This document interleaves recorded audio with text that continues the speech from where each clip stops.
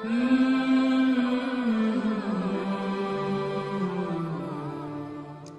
اللہ والصلاة والسلام علی رسول اللہ وبعد۔ محترم بھائیوں اور دینی بہنوں، السلام علیکم ورحمۃ اللہ وبرکاتہ۔ ایک بھائی پوچھتے ہیں کہ اگر ہم کسی دوسرے بھائی کے لیے دعا کرنا چاہتے ہیں تو ہمیں اس کو بتا کر کے دعا کرنی چاہیے یا اس کو بتائے بغیر اس کے لیے دعا کرنی چاہیے؟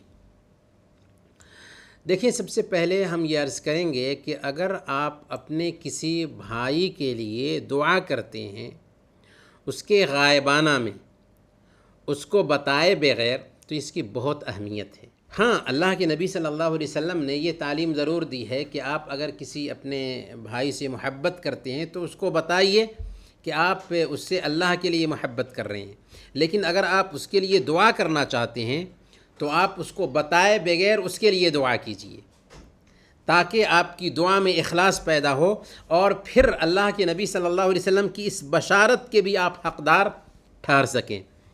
اللہ کے نبی صلی اللہ علیہ وسلم کی کیا بشارت ہے؟ صحیح مسلم کی روایت ہے، اللہ کے نبی صلی اللہ علیہ وسلم نے ارشاد فرمایا، دعوت المرء المسلم لأخیہ بظہر الغیب مستجابہ، کہ ایک مسلمان بندے کی اپنے بھائی کے لیے اس کے غائبانہ میں کی گئی دعا قبول کر لی جاتی ہے۔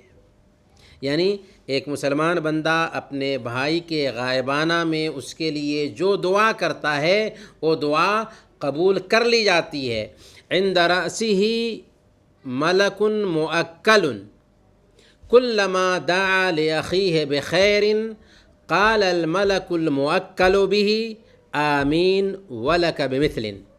اس کے سر کے پاس ایک فرشتہ طے کر دیا جاتا ہے، جب کسی وقت وہ اپنے بھائی کے لیے خیر کی دعا کرتا ہے اس کے غائبانہ میں، تو جو متعین فرشتہ ہوتا ہے وہ اس دعا پر آمین کہتا ہے اور یہ کہتا ہے کہ تجھے بھی ہو بہو وہی چیز ملے۔ گویا کہ اگر آپ اللہ رب العالمین سے کوئی سوال کرنا چاہتے ہیں تو اس کا سب سے بہتر طریقہ یہ ہے کہ آپ اپنے کسی بھائی کے لیے اس چیز کا سوال کیجئے جس چیز کا آپ اللہ رب العالمین سے سوال کرنا چاہتے ہیں۔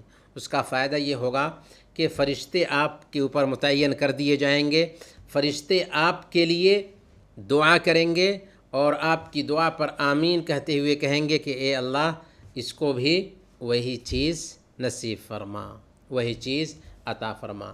تو بہتر یہی ہے کہ آپ اپنے بھائی کے لیے اس کے غائبانہ میں دعا کریں۔ اللہ تعالی ہم سب کو نیکیوں کی توفیق عطا فرمائے، آمین۔ وصلی اللہ علی نبینا محمد وعلی آلہ وصحبہ اجمعین۔